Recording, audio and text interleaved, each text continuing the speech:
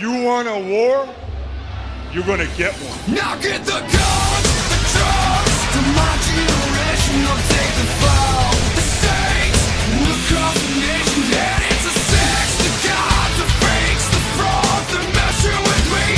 Come on, come on, come on, let's get it out. Move to the music, play that fucking music. Live through my music, yeah.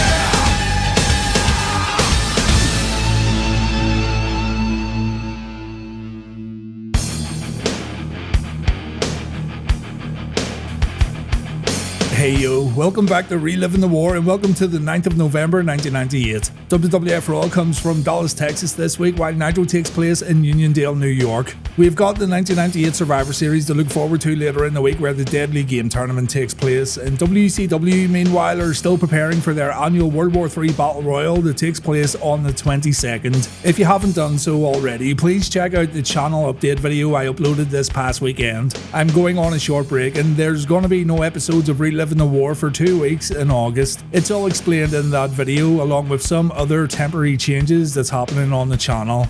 This week's jam-up guy is McShawn. He's been learning his little lad the deadly arts of chin lockery, as you can see right here, and there really is no better form of self-defense. So good looking out, McShawn, and thanks to Neil for sending me the email. Let's get started then and see what happened on TNT during our number 1. Tony Schiavone begins Nitro by saying Hollywood Hogan's gonna run for president in the year 2000. Yeah. Tony then says the President of the United States is on his way to the arena, as in Bill Clinton, we assume, and Mike Tenay says Hogan's gonna announce his running mate later in the show. Hogan even went on Jay Leno's show to say he was running for president, and I don't know guys, President Wood really has a nice ring to it. Mean Gene and Bobby Heenan are waiting for the president to arrive, a few limos pull up, but it's not Billy Clinton, it's both the NWO Wolfpac and NWO Hollywood. Nash bounces out to go after Scott Hall while the Giant goes after Conan. Back in the arena, we got a Kaz Hayashi vs Juventud Guerrera match that went on for around 10 minutes. It's kinda surprising seeing Nitro's opening match go for so long, but I'm not complaining. It was a good bout between these two, filled with all the usual high-risk offense you'd come to expect from WCW's Cruiserweight division. Ernest Miller and Sonny Ono made an appearance and they cost Hayashi the match. A shame too, because Kaz worked hard in this one and he certainly could do with a few wins, but still a great opening bout from WCW. Alex can't lose, Alex can only win. Get ready for bratwurst splooge all over your chin. Oh, big bratwurst.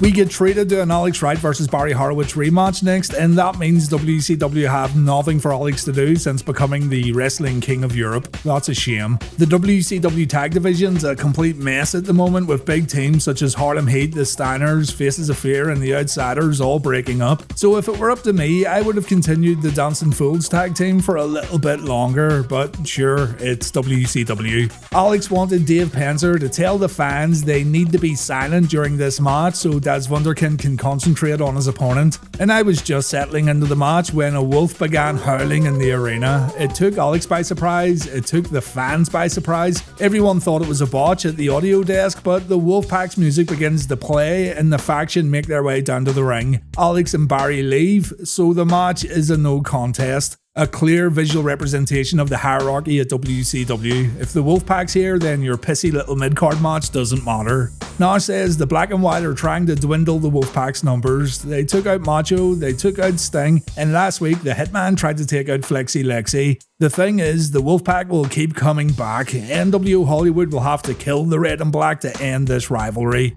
Big Sexy then issues a challenge. Any two guys from NWO Hollywood against two members of the Wolfpac. Big Kev wants Scott Hall, Lex wants Bret Hart, and Conan says the NWO are going to get revenge for Sting tonight on Nitro. Eric Bischoff shows up and Kev calls him Estrogen Boy, and Bischoff says the Wolfpac need to be careful what they ask for. Tonight Bischoff's going to make sure the Red and Black face NWO Hollywood, and Nash says he hopes Princess Bischoff has a great night.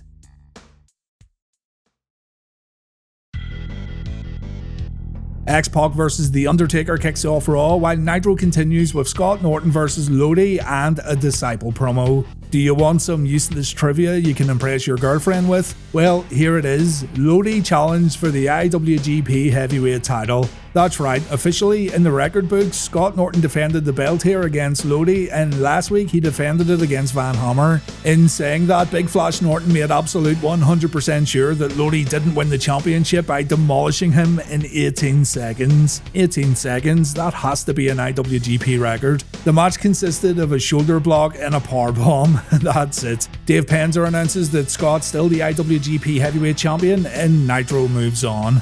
You can dream up all sorts of interesting ways WCW could have used the belt on Nitro, but New Japan were very protective. Squash matches would have been fine, but booking Norton versus Goldberg, for example, was never going to happen. The Disciple then came out for a promo, my goodness, and he says he now stands on his own. He's no longer at the back of a long NWO line, and he no longer needs to worry about saving Hollywood's butt anymore. Stevie Ray, Horace and Vincent come to the ring, and Horace, another master of the microphone, tells Disciple to shut his stinking mouth. Horace is now wearing the black and white. He's better than the Booty Man, he's bigger than the Booty Man, he's a lot uglier than the Booty Man, and yes, he did say this, it even made Stevie Ray chuckle. And Horace could destroy the Disciple anytime he wanted. Things get heated, as they always do. So Horace launches an attack, and the Booty Man gets attacked with Horace's NWO weight belt. When Disciple fights back, the other NWO henchmen get involved, and that's when the Warrior runs down to save old Mr. Leslie.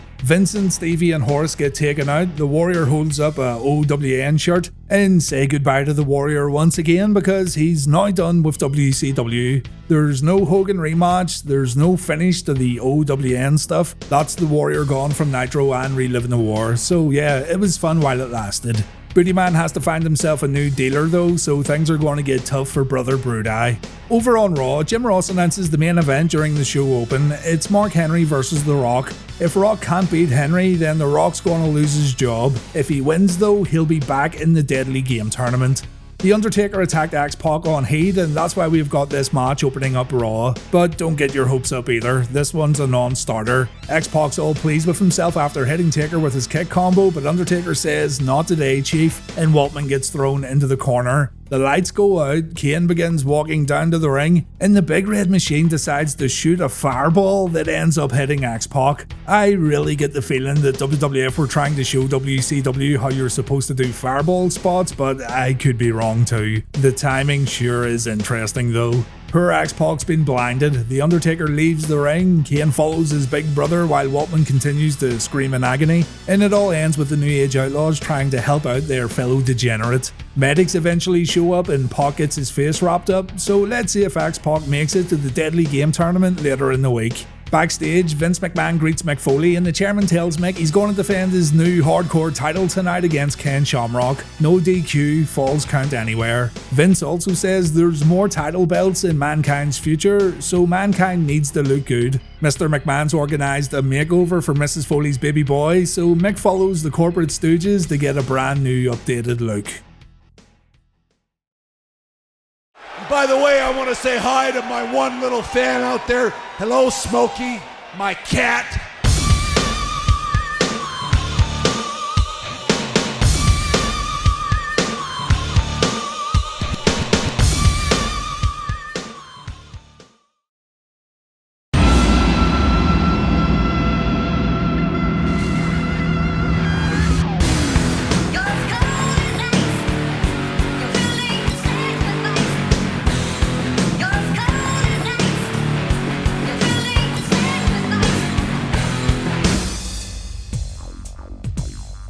We've got the President arriving to Monday Nitro next, can't wait. On Raw, it's Val Venis versus Steve Blackman. So Val said on Heat he can't be the father to Terry Runnels' unborn child because he had a vasectomy. That clears that up, I guess. Terry comes out to support her man, but Val tells her to beat it. So Terry's got a bit of a problem at the moment, seeing as Goldust wants no part of her either. Steve Blackman has no time for this Vince Russo bullshit though, so he tries to end it quickly, but Venis sees him coming and Blackman goes on defense. He fires back with a standing sidekick though, and he follows this up with a butterfly suplex. Karate chops from Big Stevie Cool make Val Venis question his career choices, and look at this, our main man reinvents the chin lock. Pure, unbridled innovation from the baddest man in the universe. We then see the hard-stopping chest chop from Steve-O, followed by a snap suplex, and the domination continues with an arm drag, a body slam, and there it is, the most electrifying move in sports entertainment today, the motherfuck elbow. Venis finally comes back with a few knee strikes, followed by a Russian leg sweep. Terry Runnels then shows up again to hit a low blow on Venis.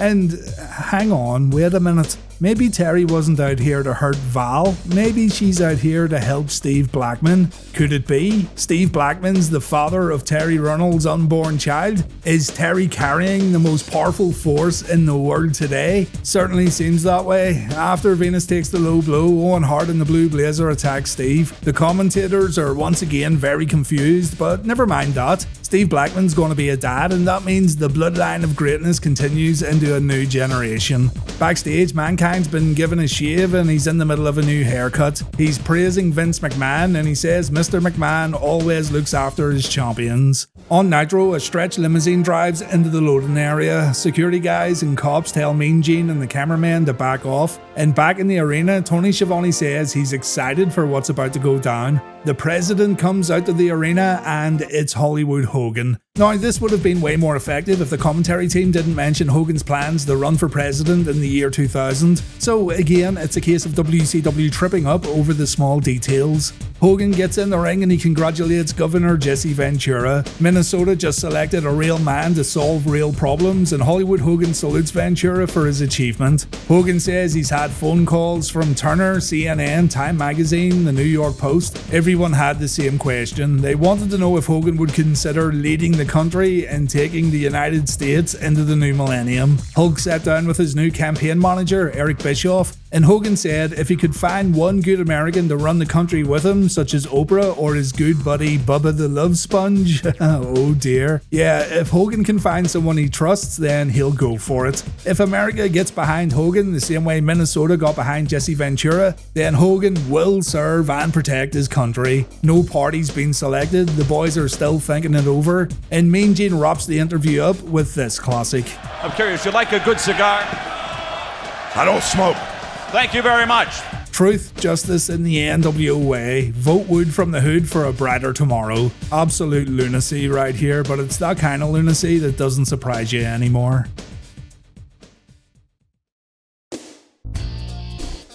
Bret Hart cuts a promo next on Nitro. On Raw, it's D'Lo versus the Road Dogg versus Mosh. Ladies and gentlemen, boys and girls, children of all ages.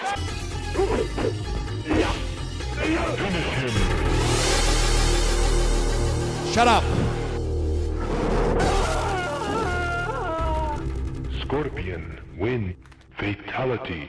In all seriousness, X-Pac just got his face melted off. Why are these guys so happy? Shane McMahon's now a WWF official and he's going to referee this triple threat match. Road Dogg and D'Lo fight before Mosh gets to the ring, and Jim Ross announces that the Outlaws, the Headbangers, and the tag team of Mark Henry and D'Lo are going to face off in a triple threat tag match at Survivor Series. Mosh joins in and he ends up getting double teamed by his opponents. Both D'Lo and Road Dogg try to pin Mosh, but that's easier said than done in a triple threat match. D'Lo lands an elbow drop, he hits Snake Eyes on Mosh. His corner charge misses though, and Mosh takes advantage with a few mounted punches. Mosh and D'Lo then join forces to attack Road Dogg, but that doesn't last too long. The Road Dogg takes a suplex, he dodges a top rope leg drop from Mosh, and Mosh dodges a frog splash from D'Lo. And here we go, it's a double dancey clothesline from Jesse James. The crowd absolutely loved this. It ends with D'Lo performing a sky high, but he takes a stage dive immediately afterwards. Mosh wins this triple threat match, and the Headbanger hopes to do the same this weekend. Mark Henry and Billy Gunn run into the ring while Thrasher stays on the outside. The Outlaws clear the ring out, and gotta say, the Road Dogg and Billy Gunn are definitely one of WWF's most popular acts during this time period. Every crowd in every arena absolutely love these two. Backstage, Jeff Jarrett says Al Snow and Head pisses him off and he plans on taking care of Mr. Snow at Survivor Series. Deborah, meanwhile, says she knows Goldust is all man underneath that makeup and tonight she's gonna prove it. Sounds saucy.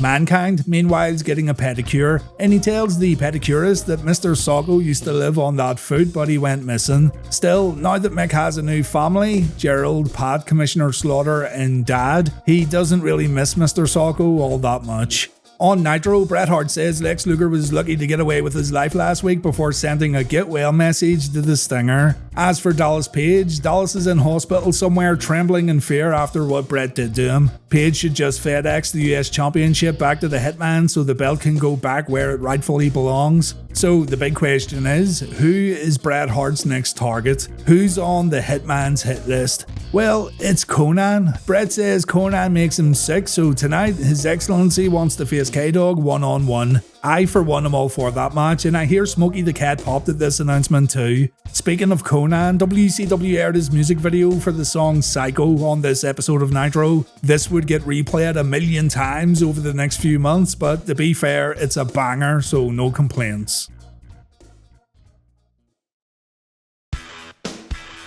On Raw, we've got Goldust versus Jeff Jarrett, plus a promo from The Rock. On Nitro, it's Rey Mysterio versus Eddie Guerrero. So Terry comes out again, and this time she's wearing her gold dress. You know what she's trying to do here, and so does Goldust. So the Bizarre One tells Terry to look in his eyes and understand this. The time has come for Terry to forget she ever heard the name of Goldust. She needs to get on a plane and get out of Dustin's life for good. Terry leaves, the match gets underway, and remember Deborah said she was going to show everyone that Goldust was a real man? Well, it wasn't all that difficult for Deborah to distract Goldust, and this, of course, gave Double J an advantage. Still, Goldust was able to overcome the odds, and Double J found himself in position for some shattered dreams, so Deborah gets in the ring to make sure Jarrett's balls don't go flying out of his nose. Goldust, being the guy he is, puts Deborah in a lip lock while Double J grabs his trusty guitar. The guitar gets smashed over Goldust's head, and the match ends in disqualification. Jarrett's association with Deborah is already paying off, it seems, but we'll come back to this in a moment. The Rock arrives backstage wearing his new Brahma Bull shirt. After a commercial break, the Great One gets interviewed by Michael Cole, and he says that jabroni Rudy Poo Vince McMahon may hold all the cards, but no one, and The Rock means no one, bosses the people's chomp around. Rock's going to walk down the people's aisle, get in the people's ring, and he's going to lay the smackdown on Mark Henry tonight if you smell what The Rock's cooking. And just as Rock leaves to go back into his dressing room, we see Goldust attacking Double J. Jarrett gets set up for shattered dreams once again, but the Blue Blazer shows up to help Jeff out, and it's Double J who ends up getting the better of Goldust here. You naturally assume that Jarrett and Owen are trading the Blue Blazer costume to launch these attacks, but whatever the case, the Blue Blazer's causing the superstars of WWF quite a lot of trouble. On Nitro, it's Eddie versus Rey once again. Rey gets offered an LWO shirt before the match begins, but Rey holds up his own shirt. He wants to ride alone, it seems. He even throws the LWO shirt in Eddie's face, so clearly Mysterio wants no part of this faction. Eddie gets arm dragged out of the ring. He comes back on his knees asking for a handshake, but this was all a setup. Rey gets poked in the eye, but he comes back with a head scissors, and Eddie then gets an opportunity to go after Rey's knee. Remember, Rey's had knee problems for quite some time. Rey thinks he's getting a break when countering a powerbomb, but Guerrero locks in an STF and Mysterio tries his best to reach the ropes. Eddie lets go so he can do more damage to the injured body part, and already it looks like Rey has no chance of winning this one. Guerrero performs a top rope Frankensteiner before applying a spinning toe hold, and even though Rey counters with a small package, he quickly gets taken down again when Eddie comes charging in. Finally, Rey fights back with a springboard head scissors followed by a tilt-a-whirl backbreaker, but Rey's hurting himself by pulling off these moves. It takes no time at all for Eddie to go back in control, and when the match goes to the outside, Guerrero dropkicks the ring steps right into Mysterio's knee. You'd think this would be enough to end the match, but Eddie continues the punishment by applying a leg lock in the middle of the ring. Maybe Rey should have accepted that LWO shirt after all. Mysterio manages to drop Eddie on the top turnbuckle. He hits a Bronco Buster, but again he goes down while favouring his knee. He manages to pull off an Arabian Press moonsault. He follows this up with an X Factor and he nails an inverted underhook facebuster. But again, this is all damaging Rey just as much as Eddie. As Eddie locks in another submission submission hold, Chavo Guerrero appears and he takes the LWO shirt that was reserved for Rey. Eddie gets distracted and Rey takes advantage. Guerrero loses the match via pinfall, and this leads to the LWO running down to attack Chavo. Rey gets out of the ring, he helps Chavo escape, and Eddie complains to the LWO about what just went down. The match was good. Like Juvi vs Hayashi, it was given good time. So if you're into cruiserweight action, you might want to check out this episode of Nitro.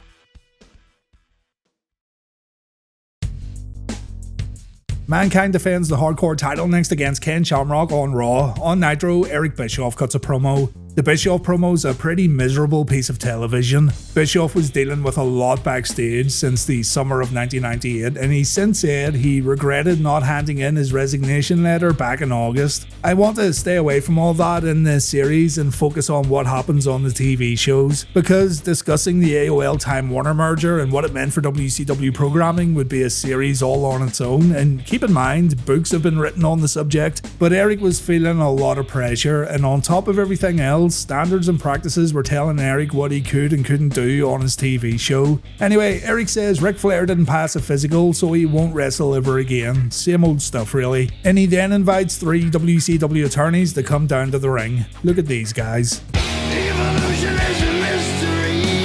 Eric gets the attorneys to confirm a few things, such as how long they've been hired by WCW and what kind of crappy cars they drive. Eric then wants the boys to confirm that they deducted pay from Buff Bagwell and Scott Steiner last week under orders from JJ Dillon, and they say yes they did. The problem here though is that Eric Bischoff calls the shots, not JJ Dillon. So you've got Eric Bischoff karate kicking these guys as the crowd remain pretty silent. I'm super grateful for the longer cruiserweight matches this week, but it all gets negated when you have to sit through this nonsense. Nonsense that could have got wrapped up in a 2-minute promo, and it didn't need to include attorneys or Eric getting physical either, because here's the thing, no one's buying it and no one cares. No one cares about Eric Bischoff dealing with WCW attorneys, and I'd hazard a guess by saying people wanted to see their favourite wrestlers involved in promos and storylines. I say that as an Eric Bischoff fan, by the way. This leads to nothing. It doesn't bolster Bischoff's position as an on-screen character.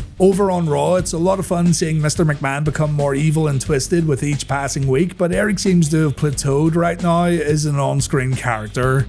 Meanwhile, over on Raw, Mick Foley's gone corporate once again as he defends his hardcore title wearing a tuxedo. Mr. McMahon comes out to watch the match and it begins with Ken Shamrock in control. JR wonders who Mankind's mystery first opponent's going to be in the Deadly Game tournament as Foley hits Shamrock with his shoe. Shamrock gets hung up in the corner and Mick performs his forearm smash, and the match then goes to the outside where Shamrock hits Mick with his own shoe and the hardcore title belt.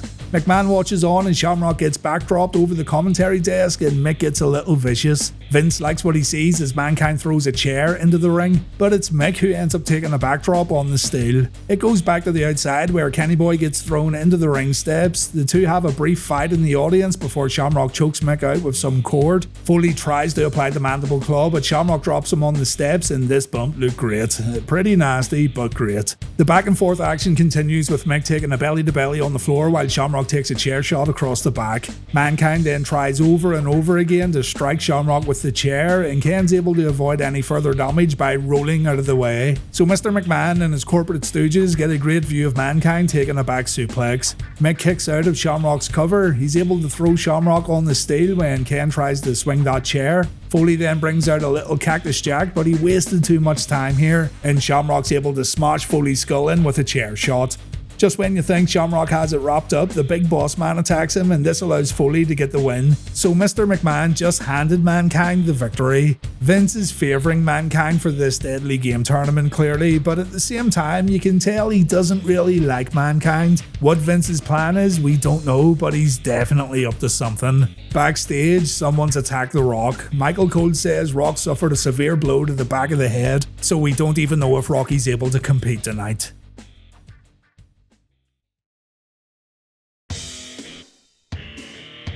We've got promos next. Stone Cold Steve Austin on Raw, Scott Steiner and Buff Bagwell on Nitro.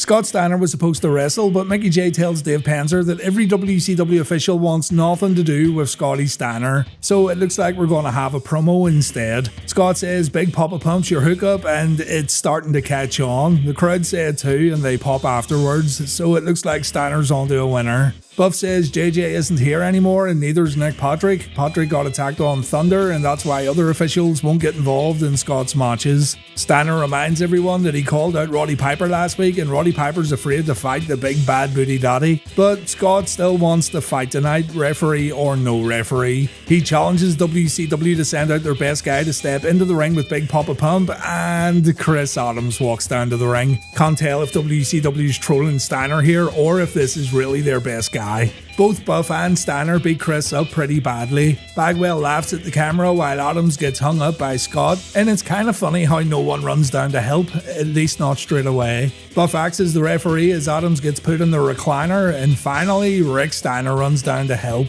Better late than never, I guess. Rick says he wants this all to end tonight. He'll get himself a new tag team partner and he'll put the tag team titles on the line if Buff and Scott have the guts to get in the ring. The two agree, so a tag title match is now scheduled to take place on Nitro. Now, didn't we just learn that WCW referees want nothing to do with Scott Steiner matches? Doesn't this create a little bit of a problem for this tag team match? No? Well, okay. On Raw, Stone Cold reminds fans that Shane McMahon gave him a new contract while saying that life's been a little easier. He hasn't had to drive cement trucks around or drive Zambonis to the ring, but he knows Vince McMahon still hates his guts and he knows Vince is still afraid of him. Austin also knows that Vince must be plotting something, and the big boss man comes out to confirm that yes, McMahon does have plans for Austin, and those plans involve the big boss man. Boss man hasn't been paid to beat Stone Cold at Survivor Series, he's been paid to whip Stone Cold's ass. Austin doesn't know what hard times are all about, and Stone Cold had it easy up until this point. But Law, Order and Justice has returned to WWF, and Austin's gonna find that out in the Deadly Game tournament. Austin says he knows all about prison guards. Sometimes you can hear squealing in the middle of the night at certain prisons if you smell what Stone Cold's cooking. But if Boss Man wants a fight, he should get in the ring right now and go one-on-one with the Rattlesnake.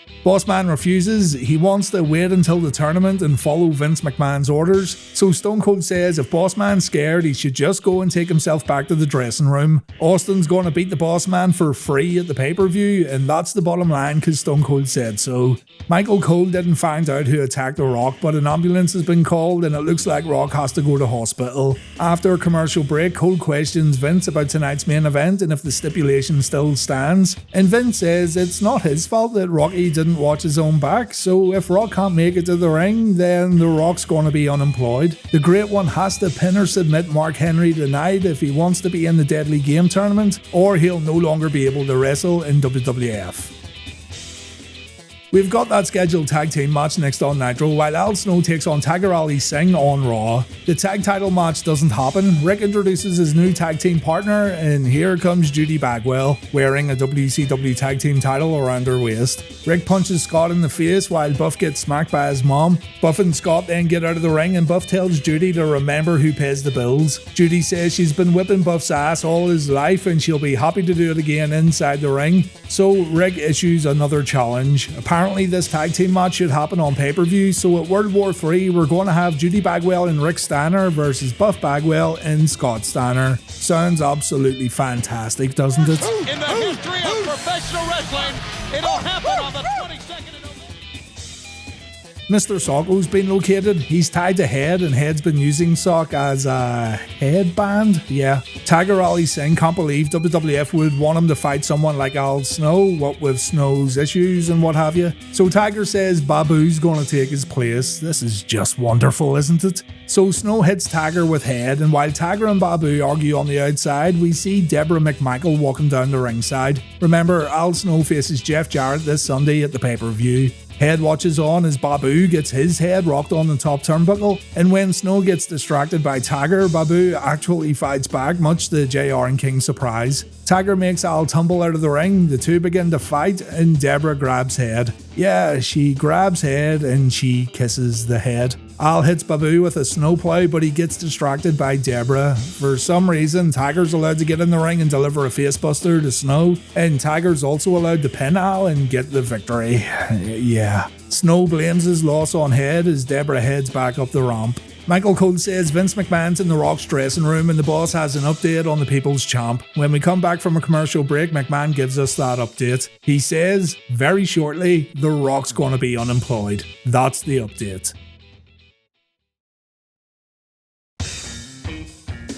Edge vs Kane's our next match on Raw, while Bret Hart takes on Konnan on Nitro. Konnan wasn't joking when he said he wanted revenge for Sting. The Hitman takes a kicking in the corner, kicker be kicking, and Konnan floors Bret with his rolling clothesline before laying in more kicks. Bret gets out of the ring, but Konnan follows. K-Dog throws Bret into the guardrail and the Hitman has to fight dirty to gain an advantage, so a rake in the eyes keeps Konnan at bay and the two get back in the ring. Konnan gets kept on the mat and the Hitman goes to work. Forearm strikes, a headbutt to the midsection, a few stomps for good measure. Konnan then gets his head ran across the top rope and Bret claws at his opponent's face. This new Hitman doesn't seem to care much about technical wrestling clearly as Konnan gets choked out in the corner, but Bret still utilizes his usual moveset when he performs the Russian leg sweep before going up for an elbow drop. Konnan though gets a boot up and K-Dog's going to give as good as he gets. He sinks his boot into Bret's throat and he makes sure only to let go before the referee reaches 5. He then pulls back on Bret's head at the ring ropes before landing a few strikes in the corner, but Konnan shoves the referee away and Bret takes this opportunity to perform a chop block. Bret goes to work on the leg. You know what's coming up soon. Konnan screams in pain as Bret drops all his weight on K-Dog's leg and knee. Konnan gets his leg wrapped around the ring post as the audience chant "We want Sting," but the Stinger ain't here tonight, folks. Konnan almost begs Bret to stop. He says Bret's name before His Excellency snaps the knee. And just to show he means serious business, Bret grabs a chair and he gets himself disqualified. Bret attacks Konnan's knee with multiple chair shots. The bell rings, but Bret doesn't care. Bret only stops when Lex Luger makes an appearance, but too slow bozo. The Hitman's able to escape and his mission has been complete. Bret Hart's the real crippler of WCW, and over the past few weeks he's become the most dangerous man in the company. Konnan has to get carried out by officials and Lex just before Nitro moves on to its next segment. So the big question is, who's next on the Hitman's hit list?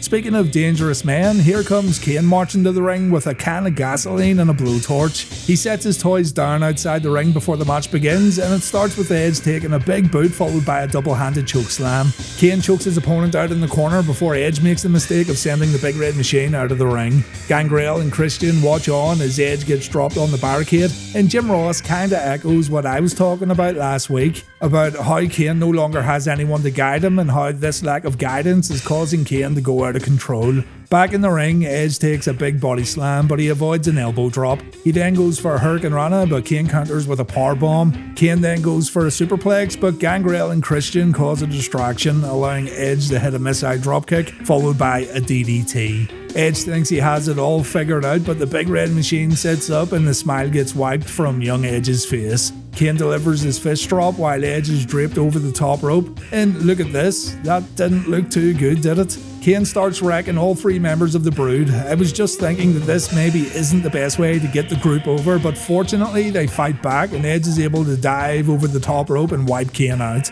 It's at this moment the referee has enough and he calls for the bell. So Kane gets all 3 Brood members in the ring and they all get chokeslammed. I'm going back to my initial thoughts now, if I'm honest. The gasoline and blowtorch gets brought in the ring and Kane chokeslams the referee too, just for the sake of it. He then piles up the broken bodies and he pours out the gasoline. Kane then grabs his blowtorch, but officials run down to save these 4 dudes from getting extra crispy. But we aren't done yet. On his way back up the ramp, Kane decides to chokeslam a fan over the barrier. He probably deserved it, to be fair. Yeah, he deserved it. Vince McMahon cuts a promo before the Raw main event. On Nitro, Chris Jericho gets interviewed by Mean Gene. It's Chris Jericho's birthday. He says he was born in Long Island, but he sure is glad he left because this place sucks. Fantastic. In regards to Greenberg, it's now 4-0. Jericho's broken the streak multiple times, and once again, Jericho asked Goldberg to come out tonight for a fight, but he knows Goldberg isn't in the building. Ralph has told him so. Goldberg isn't man enough to face Chris, he can't beat Jericho's streak, and Greenberg has no guts. We then see Goldberg arriving backstage. He gets in his dressing room and he hears Jericho tearing him to shreds. So Billy Boy wrecks the place before making his way out to the arena. And this is it, folks. This is the payoff for the months Jericho spent building this feud up. Chris gets speared out of his boots and he takes a nasty bump at the guardrail. And that's it. There is no Goldberg versus Jericho match booked and the rivalry is now over. It was on this night when Jericho decided he wanted to leave WCW. Goldberg didn't want to work with him. Bischoff and Hogan backed up Goldberg during a backstage meeting regarding a potential match, and Jericho decided it was time to move on once his contract expired. I made a video all about this quite a while back. Check it out if you want to learn more, or have a read through Jericho's first book. It comes highly recommended. A shame really, because Chris Jericho was easily one of the best things about WCW in 1998. He didn't want to beat Goldberg, he just wanted to have a squash match on pay-per-view after months of build-up, but instead Jericho wrestles Bobby Duncombe Jr. at World War III while Goldberg doesn't even have a match. It's absolutely baffling.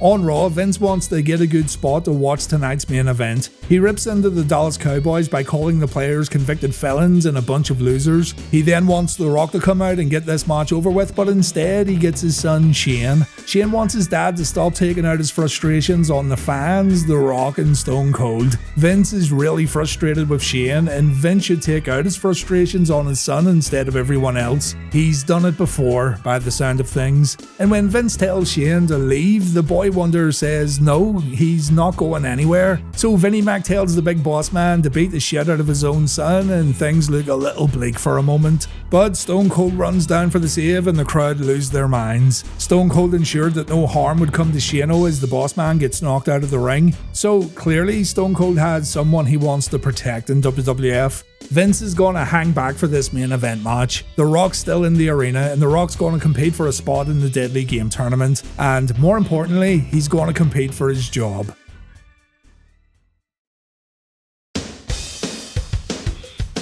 It's the Giant and Scott Hall taking on Kevin Nash and Lex Luger in the Nitro main event. On Raw, The Rock takes on Mark Henry. We've got Nash and Hall to start things off. Scott throws his toothpick, so Kevin spits on his old friend. Hall doesn't react right away, he just gives Kev a look as if to say, oh, that's how it's gonna be. The two lock up and Hall softens up the shoulder. Big Sexy shoves Scott into the corner for a few knee strikes before lining up a back elbow. Hall then counters Snake Eyes and Kev ends up taking a few right hands and a corner clothesline, but Scott goes down after a back elbow and another clothesline, this time from Nash. In comes Lex Luger with a crab pose. He always has to do it. Scott takes a few punches followed by an inverted atomic drop, though a poke to the eye gives Hall a chance to tag in the big man and Lex is now in trouble. Giant dominates Lex in the corner, the total package takes a few chops, but Lex gets the feet up and Giant has to go on defense. Kicks, punches, strikes in the corner, all that good stuff. A distraction from Scott allows Giant to come back with a clothesline, and he then performs a big slam and a ring-shaking elbow drop. Team Hollywood tag in and out to keep Lex away from Nash. A facebuster gives Lex a little hope, but he lands in the wrong corner, and the black and white team are able to stay in control. The break comes after Scott lands the fall-away slam. The bad guy goes for the outsider's edge, but Lex counters and he's able to tag in Big Sexy. Nash is all fired up as he attacks Scott inside the ropes while also dealing with the Giant on the apron. When Scott takes a big boot, the match breaks down with all four men in the ring, and it ends with the hitman Bret Hart running down and he goes after Kevin Nash. Bret goes for the leg and knee. He once again wants to cause injury, but Team Hollywood are forced to get out of the ring when Lex grabs a steel chair. Isn't it funny how there's this big Wolfpac versus Hollywood war going on, yet Bret Hart has almost single-handedly wiped out the entire red and black faction? Over on Raw, The Rock takes his sweet time making it to the ring. McMahon's surprised that the Great One can even walk. When he makes it inside the ropes, he dashes in with a ton of right hands, but Vince doesn't seem too worried. The people chant The Rock's name as the Great One delivers a clothesline, and you wouldn't think The Rock was injured at all as he strikes Mark while the big man's draped over the apron. It's a low blow that puts Rock at a disadvantage though, and back in the ring, the People's Champ takes a few hard strikes to the back. Even D'Lo gets in on the action and Vince is absolutely loving it. That is until Rock suplexes Henry in the middle of the ring. The smile returns to Vince's face though when Mark floors counters Rock with a clothesline and the big man puts Rock in a bear hug. But The Rock shows off his strength once again with a big power slam, almost scoring a victory afterwards.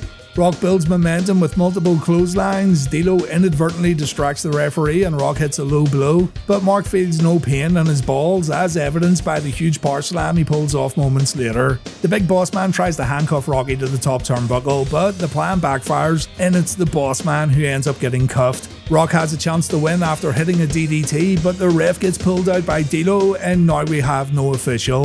So Rock takes care of D'Lo. Vince looks anxious as the People's Champ delivers a rock bottom to Henry. We then see the People's Elbow and JR screams that there's no referee to end the match, and that's when Shane McMahon runs down to count the pinfall. The Rock wins and The Rock's back in the Survivor Series tournament. Rocky isn't done yet though. He throws Vince into the ring and the Stooges try to help the boss, but they're absolutely useless. Rock cleans out the ring. He gives Vince a death stare before hitting the chairman with a rock bottom, and Raw ends with Vince taking the People's Elbow. Keep all this in mind when watching Survivor Series later in the week. Actually, keep the last few weeks in mind when watching the pay-per-view.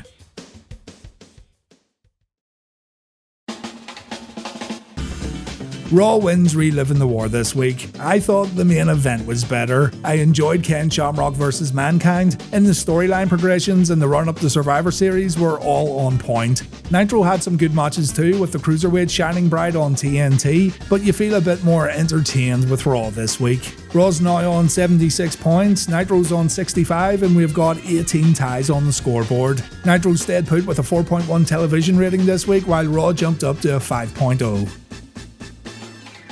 Join me on Sunday for Survivor Series 1998 and we'll check out the Deadly Game Tournament. We're going to see a new WWF champion get crowned, finally, and we've also got a few other title matches to look forward to. Remember too to check out that update video I posted so you know what's going on when Reliving the War takes a short break. And hopefully I'll see you all this Sunday for the pay-per-view video. Thank you very much for watching guys as always, and please take care.